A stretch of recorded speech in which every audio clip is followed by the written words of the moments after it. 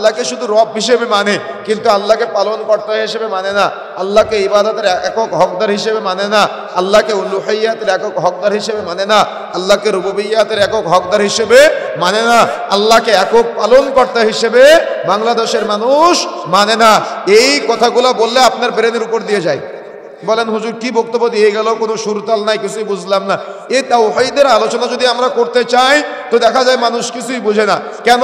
O তাওহীদের A to Z কিচ্ছু জানে না। কিন্তু আপনি কি জানেন তাওহীদের জ্ঞান না থাকলে শয়তান আপনাকে আষ্টে পৃষ্ঠে চতুর্দিক থেকে ঘিরে রাখবে? কথা বুঝতে পেরেছেন? যদি আপনার তাওহীদের জ্ঞান না থাকে তো শয়তান আপনাকে চতুর্দিক থেকে গ্রাস করে ফেলবে। এজন্য তাওহীদের জ্ঞান অর্জন করা অত্যন্ত জরুরি। কেন? যার তাওহীদের জ্ঞান নাই তার সালাত আদায় করে কোনো লাভ হবে না, যার তাওহীদের জ্ঞান নাই তার হজ করে লাভ নাই, যার তাওহীদের জ্ঞান নাই তার যাকাত আদায় করে লাভ নাই, যার তাওহীদের জ্ঞান নাই তার দান সাদাকা করে লাভ নাই। এইজন্য তাওহীদের জ্ঞান অর্জন করাটা অত্যন্ত জরুরি। তাওহীদের জ্ঞান অর্জন করতে হলে আপনাকে অবশ্যই আল্লাহর উলুহিয়াত, রুবুবিয়াত, আসমা ও সিফাত সম্পর্কে প্রত্যেক মুসলমানের অবশ্যই জানার জন্য প্রচেষ্টা চালাতে হবে।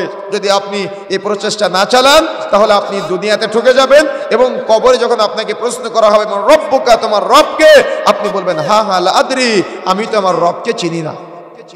এখন যদি আমি আপনাকে প্রশ্ন করি তাওহীদ উলুহিয়া মানে কি, আপনি বলেন আমি জানি না।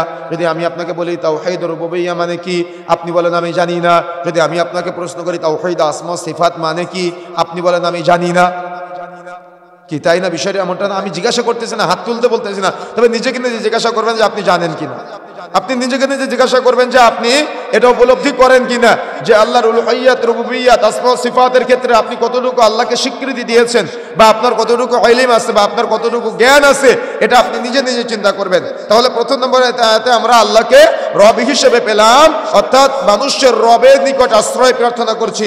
2 নম্বর আয়াতে আমরা জানতে পারলাম মালিকিন নাস, মানুষের মালিকের নিকট আশ্রয় প্রার্থনা করছি।